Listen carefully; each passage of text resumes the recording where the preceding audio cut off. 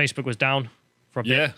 And that's basically like the entire news yesterday was everyone on Getter, Gab, Twitter, amazingly. Because Twitter was still working, yeah. People having a chat. Annoyingly, it also spread to so BT, Sky, and EE. I'm with EE, so I couldn't. I'd work to do, and I couldn't. I nearly rattled my laptop through the window. Sorry, like your whole laptop just stopped working.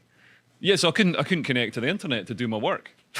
So I was getting so frustrated because I didn't know. Nobody told me that we'd been hacked by Russia, which is obviously what happened. And so I didn't know. I just thought EE was being rubbish, and it was insanely frustrating. You know, the one time you actually sit down and actually want to do some work, and then you can't do it. Yeah. It's the point in life. Anyway, so getting into this. So there's some other stuff around this that's of interest. So first thing being this Mail article in which they talk about Facebook. Facebook is a lie disseminating instrument of civilizational collapse. Steve Jobs' widow magazine accuses social media giant of being a hostile foreign power. Because this is somewhat of a narrative that's being talked about, which is that people in power want to treat Facebook as a hostile foreign power. That you should treat Amazon the same way or whatnot as well is something that's been said. It's interesting because I should imagine she's quite a sort of, I should imagine she votes Democrat. I'm projecting a lot here, but I should imagine Steve Jobs' ex-wife is a Democrat.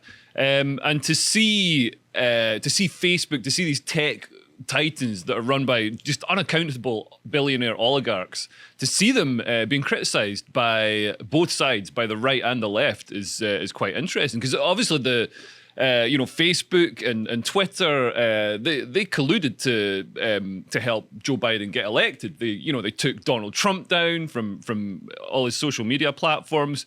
The Taliban are still up. The best example of that has to be the Hunter Biden story. Yeah. It was removed and then proven to be true anyway, and no one apologized. Yeah. Loads of people would have said this would change their vote, and it doesn't matter. Too late now. It's happened so many times that Facebook has suppressed information as false news, fake news, and then it's later turned out to be correct. Yeah. And even if it is false news, I think we can filter stuff. It's like in dictatorships where you've got the state propaganda. The only papers you get are the state propaganda. People read between the lines. They don't take it at face value because they know that it's like with a lot of the stuff that bounces around social media about coronavirus or about politics or whatever. We know it's social media madness. So we filter it in our brains. We don't take it as absolute gospel truth. It shouldn't be up to the dear leader, Mr. Zuck, to decide what you can read. Yeah, believe it or not, we've got our own brains and our own autonomy. So she, in this magazine, as my understanding, she's talking about the leaked Instagram papers. So we go to the next one. This is something that we spoke about. So Carl did this story called Social Media is Damaging Children. And this is just the leaked slides, which show that Facebook knew that their platform, specifically Instagram, was bad for children, specifically young girls, on a mental level. And they also are not meant to be pursuing customers over the age of 13, which is a weird cutoff, but whatever. Under, you mean? Over 13, they're meant to be pursuing. Under 13, they're not meant to be pursuing. And yet, in here, they spoke about how do we get more under 13s onto the site, even though they publicly say they shouldn't be doing that. Right. Yeah. It's like tobacco companies in the 60s. Yeah, I saw someone interviewing Nick Clegg, and I can't remember who it was. I think it might have been CNN, actually, who said, it's like I'm interviewing someone from the tobacco industry. Yeah, now we should see him. Them and journalists. Anyway, so I want to give a shout out to Dev, who sent me a bunch of messages about this story, so we're going to go into the stuff he sent me. So if we go to the next one, this is the other part of it, which is interesting. So this is the leaker. This is the lady who apparently leaked all those papers, and then went public to interviews and so on and so forth. You can see in here, the Facebook whistleblower revealed in 60 Minutes says that the company prioritized profit over public good. Yeah, which is what a company should do, to be fair. That's actually a weirdly good sign in a disgusting way, is that Facebook, it still sees itself as primarily something to make money, not something for politics. Yeah, it's when they start with the ideology, that's when I get worried, when they start making the world a better place. Anybody who ever tries to make the world a better place, unless you're just, starting with the man in the mirror, as the late great Michael Jackson said. Anybody who goes beyond themselves to try and change what other people do and how they live to make the world a better place always seems to end terribly. Best counterexample to would probably be Susan Wojcicki at YouTube. She is obsessed with trying to tell people what they should believe or should be interested in, and even her own software engineers say that it doesn't work. Right. She keeps promoting things to people, and they keep telling her it doesn't work, and she just says, "I don't care, keep doing it." Well, it's like the state propaganda in those dictatorships. Like when we get those emails through from corporate, we just filter them out and we laugh about them down the pub. Yeah. So Dev summarized some of this, so I'm going to go through his summarization because I think it's accurate. So Facebook is used by literally everybody to spread stuff that is factually inaccurate and provably so. legitimate hate groups of all types thrive on Facebook while they make token efforts at banning people. And Facebook had a civic integrity team to help fortify the elections. Post-election, the team was dissolved, and its work was going to be applied to the whole of Facebook. Facebook sold data that they explicitly said they would not. They sold everything to everybody. Lol, dev rights. There was some speculation that Facebook's complete and total destruction today is them trying to cover all of this up. So that's some speculation. No idea if it's true. I don't know anything about this. On the back end stuff, there are going to be a million people watching and know better than me with the back end stuff of how to run a website and all the rest of it. Yeah, because one of my mates said it wasn't just like an outage. It was like parts of Facebook had gone. Yeah, it's not there. Yeah. Anyway, but if we go to the next one, we have the whistleblower Jack Posobiec pointing out that, biased, as you might expect. He says here clearly a left-wing activist for government censorship, because she is very upset that Facebook encourages hate speech for profit. And the usual kind of narrative you get out of a leaker from Facebook who is of left-wing persuasion, which is that hate online, shut the hate down. Yeah. And it's very pathetic. They're not exactly representing what she actually said. What do you mean? Well, they're saying, like, she's a left-wing activist for government censorship, when in fact she's saying, we do need some sort of oversight. I mean, Facebook is just dodging all of the sort of any accountability or oversight or any promises it made. For hate speech online. For everything. I mean, they're selling data that they said they wouldn't sell. They're breaking all their own rules. Sure, but with the hate speech stuff, I'm in large disagreement with her, because we actually have some other things in this, which we're about to get into. But we've got to go to the next one. She gives a public statement saying she's there, she did all this to try and save Facebook, not to harm it. It's her opinion. That's that. But interesting thing on my mind is we actually did a couple of things with another Facebook whistleblower here, who is called Ryan Hartwick, who he went to Project Veritas and released loads of information on the content moderation side. So if we go to the next one, this is just some interview I did with him back in the day. He's a good guy. And some of the examples he gives, so like Don Lemon's white males are terrorists statement was an example of something that was given a newsworthy exemption, because it was newsworthy that he had said this, therefore that phrase cannot be banned from the Facebook moderation side. But yeah, there are plenty others that if a right winger uses it, they would just ban outright and go to hell. He gives another example of snowflake is a banned insult. So you can say all white people are terrorists, but you can't say... You can talk about Don Lemon's phrase, and if you want to put it in a certain way that doesn't look like you're disavowing it, then that's a newsworthy exemption. Right. But he gave another example, like calling someone an animal on Facebook, so calling someone a pig or whatever, is usually banned. And for example, they banned the term snowflake. According to him, this was the advice they were given by Facebook of words to ban. But Trump Hunter wasn't banned. Trump Humper. So Snowflake was, but Trump Humper not. Okay. Yeah. So we get to the next one as well. There's some other interesting stuff that he got through here. If you could scroll down, there's a whole bunch of lists they got. And one of the interesting things I found that you have people who are critical of Islam, or let's say of the populist right or whatever.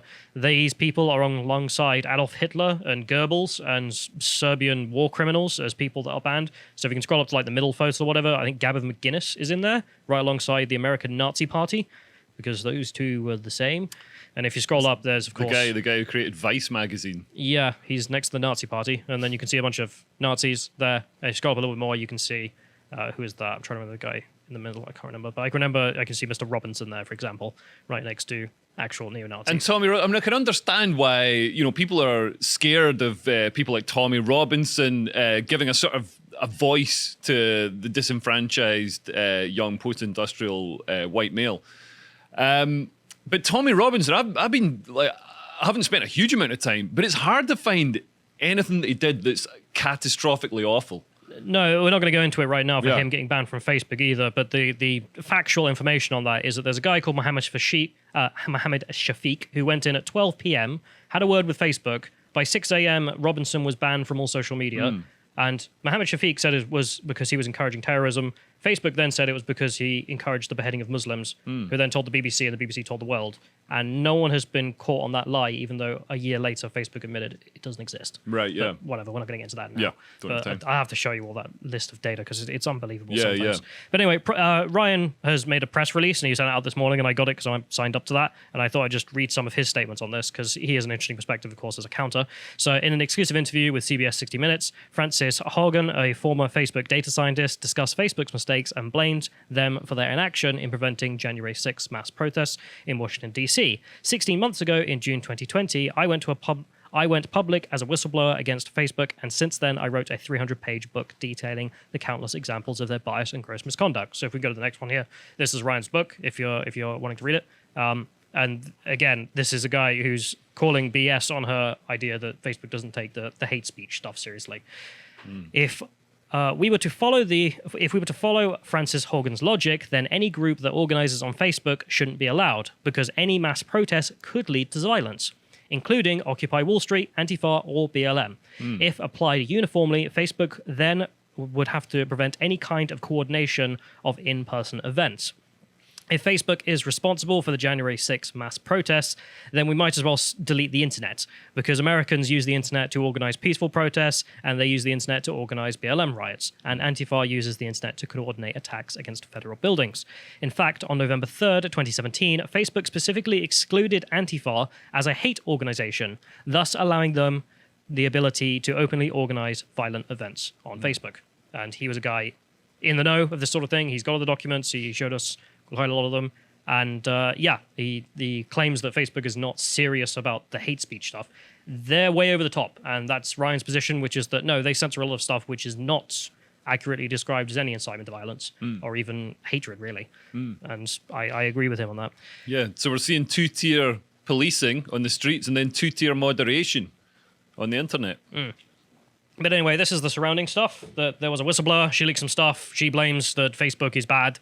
And you can see the difference there between how they're treated. Like, she was taken on CNN. She was taken to Congress. I think Nancy Pelosi had a word with her, all this stuff.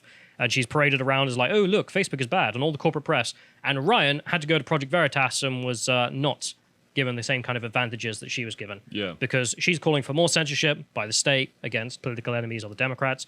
Ryan was calling for open debate and free speech. He was like, I don't even care about the left's nonsense. Just allow it. But I think there is space for, I mean, as a right-wing person, I think I'm not normally for government regulation, but I think in this case, because man, these tech oligarchs, they've got so much power and they're so unaccountable. And I don't trust them. I think open, transparent regulation, like we've got Ofcom for the media, I think that's necessary for these tech giants. And also, people should have ownership over their data, and you should be allowed to choose what level of usage like social media companies have over your data, and you get paid a dividend. If you let them use all your data, then they're making all this money, they pay you a dividend. If you don't want them to use much data, then you don't get that dividend. But I think people should have that choice. But I'm not necessarily against that at all. I mean, regulation of these companies, absolutely. I mean, I'm not an anarchist or anything. They like every other business do. More red tape. Not unnecessary red tape. Anyway, so that's the surrounding stuff about the leak, and then Facebook went down, didn't it? It disappeared. So if we go through some of these. It was great. So here's a lovely evening. So someone posting here. Someone nuked the DNSA and AAA records for Facebook, Instagram, and WhatsApp. It's over. Move on regardless. And you can see facebook.com is up for sale. Apparently, you could buy facebook.com if you felt like it. We go to the next one. There's more of this. So someone deleted large sections of the routing. That doesn't mean Facebook is just down. It looks like that Facebook may be gone from some guy. Again, I don't know anything about the tech side of this because I didn't specialize in any of this, so I'm just showing what was said. If we go to the next one, we have someone saying the entire effing domain for Facebook no longer exists. Facebook.com, not there. Just gone. And if we carry on, apparently Facebook employees were locked out of the building. Facebook employees reportedly can't enter buildings to evaluate the internet outage because their door access badges aren't working because it's all on the same system. So if we carry on, we have Mark Zuckerberg, who lost $7 billion worth of net wealth within a few hours. Nice. Which, that stock went down. And then if we go to the next one. He always looks like he's actually a sort of, a character in a video game. Yeah. Like his hair human. doesn't look, it looks like just a sort of texture on a polygon. It's almost like you hit random and you kind of got the boring guy. Yeah. Just like what do they call it? Not an NFT. There's players in games that don't do anything. NPC. That's it, yeah. So we go to the next one. We have Twitter, who had some fun at this. Hello, literally everyone, and then interacting with people because their servers still worked. And of course, if we go to the next one, we have Gab, who had a huge explosion in traffic, and I presume Getter and whatnot all had the same situation because, well, no one's on Facebook no more. Anyway, so if we carry on, we have the response, which is apparently they sent some team out to try and fix it manually. It was that bad. And if we go to the next one, we have more reporting on this. That they said the stuff's starting to come back online, but will take a while for them to stabilize it. And then Facebook issued a public statement saying, yeah, we done goofed. Sorry. And apparently it is starting to get back online, or at the time of recording is online. So our engineering teams have learnt that configuration changes on the backbone routers that coordinate network traffic between our data centers caused issues that interrupted this communication. Blah, blah, blah, blah, tech speak that I don't understand what any of these word means. But they say it was a faulty configuration change, whatever the hell that means. If we go to the next one, though, there was some other quite stunning accusations. So data of over 1.5 billion Facebook users is being sold in a popular hacking-related forum. Data contains users' names, emails, telephone numbers, locations, gender, and user IDs. Wow. So they can actually misgender us. Yes, you could buy 1.5 billion people's data if you feel like it, because apparently this just got leaked, or just they took it out, or what? I don't really know. If we go to the next one, apparently this might not be in relation to this downage, though, because Russia Today says it's alleged that the dump is said to have initially been posted 2 weeks ago, so may not be. Dump. But I know a lot of people were conflating the two situations. If we go to the next one, we have Facebook returning and Mark Zuckerberg making a big apology. We're back. We're online now. Sorry for the disruption, because, yeah. Seems like Facebook's a bit insecure about the whole situation. Like, the fact that they just lost their entire service for quite some time. Yeah. And presumably a hell of a lot of money. Yeah. And the way he says, like, I know how much you rely on our services to stay connected with the people you care about. Like, all right, Mark, you're not the AA. Like, get a grip. But also, do you? You're just a website. We occasionally go on, get annoyed by people we know, and like look at. I follow some like gerbil groups and stuff, and some groups that post stupid stuff that liberals have done. And that's it. Yeah. That's it. It's not like, I was perfectly fine without Facebook. I got population density maps on there, and jokes like that. And it's just like, okay, I don't really care about Facebook that much. Let's be honest. Anyway, so if we go to the next one, the leaker ended up releasing some more information about why they did this. And they said in here that she lost a friend over the situation. The friend didn't die, by the way. So it's just that they didn't become friends anymore. Right. And then that was what radicalized her into leaking this stuff. Okay. Some people have gone through worse things to do stuff, but all right. So she says their relationship deteriorated as he became obsessed with online forums. He got a girlfriend. He obviously got a girlfriend. I don't think he did. He did. Well, actually, yeah, he works for Facebook. He probably didn't. Well, no, it was just a friend of hers who became obsessed with online forums touting conspiracy theories about dark forces manipulating politics. Quote from her. It was a really important relationship, and then I lost him, she told the Wall Street Journal. The former friend has since abandoned his conspiratorial beliefs, which dragged him towards the world of the occult and white nationalism. What? Whatever. Well, so she goes around to see him one day, and there's like a pentagram on the ground, like lots of candles, and he's like sacrificing a goat. There's just music playing, and he's like, the white race. I mean, those conspiratorial beliefs, they didn't sound that conspiratorial. It was the sort of thing you'd read in a newspaper when it reports the things happening. There's a shadowy force of people controlling the world, like there is billionaires like Mark Zuckerberg, perhaps. Yeah, it's not like hidden. Yeah, it's weird, whatever. So if we go to the next one, we have Elizabeth Warren, who also was very much interested in this, tweeting out we should break up big tech whilst this was taking place, because, of course. And this is the weird difference. So you always hear Republicans moaning about being censored. Yeah. And yet you always hear Democrats talking about breaking them up. Yeah. It's like, well, which one are you more scared of if you're Mark Zuckerberg? Let's be honest. Like, you're scared about the people breaking you up. Although there is, of course, the more political point in all of this as well, which is that the world of Facebook is dominated by the right. And a lot of people have noticed this on the left, and they're very mad. What do you mean the world of Facebook is dominated by the right? Because every time I go on it, it seems very left. Well, just in the numbers. So really? The kind of things people are watching overall, apparently, are Ben Shapiro compilations. Right. So if we go to this one, we have Facebook's outage shows we need a new antitrust actions. This is Vice getting mad and saying that we should do this, but never Twitter, because they're always concerned about Facebook. So we go to the next one. We have Vox.com, a leftist outlet. Right-wing media thrives on Facebook, whether it rules is more complicated. And you got pictures of Ben Shapiro saying things that are sensible. Yeah. And that's the badness. That's the bad thing of Facebook. Yeah. If we go to the next one, there's other articles of people finding this. Conservative outlets regularly have the top performing posts on Facebook, but Facebook says the full picture is more complicated. Is it, though, when all the top posts are SJW cringe compilations or Ben Shapiro destroys liberal with facts and logic? I think people are watching them because they're more interesting. Yeah, what can we say? Like, the left can't meme. Literally. And if we go to the last one, we have another person pointing out why the right has a massive advantage on Facebook. Because we're organised and we get stuff done. And can meme. Can have some fun. Anyway, but that's the great Facebook outage there. And I don't think the outage itself had much of an impact. I guess it's back now, but the The interesting thing I find around all of that is the fact that she was touted around and given a platform on CNN, senators, all the rest of it. Yeah. Whereas the kind of people who go to Project Veritas warning of censorship never do. If you enjoyed that segment from the podcast, The Lotus Eaters, you can catch the full podcast at 1 p.m. every weekday UK time at lotuseaters.com. You can also sign up at lotuseaters.com to get access to all the premium content we have on the site. Yeah, that's how we keep this whole operation running. And recently we've put up loads of great stuff, such as this interview with legendary comedian Steve Hughes, one of my personal favourite comedians, so it was a real honour to be able to meet him. But one thing that I didn't expect, that he would be such a deep thinker, and this podcast is genuinely like a meeting of minds in a way. He was right on my wavelength on a bunch of things and helped me actually connect a bunch of dots, but I'm not going to carry on and spoil it. We also, of course, have lots of interesting articles that have been written, such as this one by Josh about the dumbest country on earth. And for for silver tier subscribers, we also include a link, so it's we have an audio reading of it from a chap called Jonathan, who has a very smooth voice that you will enjoy. And this is great because often I don't have time to read all of the articles we put up, because we've put up a lot of regular content. And so this saves me the hassle of having to read it myself. So I really actually am very appreciative of this feature on a personal level. But we also do the Contemplations and Epochs, which are just interesting podcasts about interesting things. These are regular weekly podcasts. So this one is one of our writers, Josh, he's got a master's degree in psychology, talking about theories of intelligence and how they matter. And of course, we've got the Epochs, where myself and Bo, or in this case it was Josh and Bo, talking about the life of Sir Francis Drake. So that's 2 solid hours talking about England's most notorious adventurer.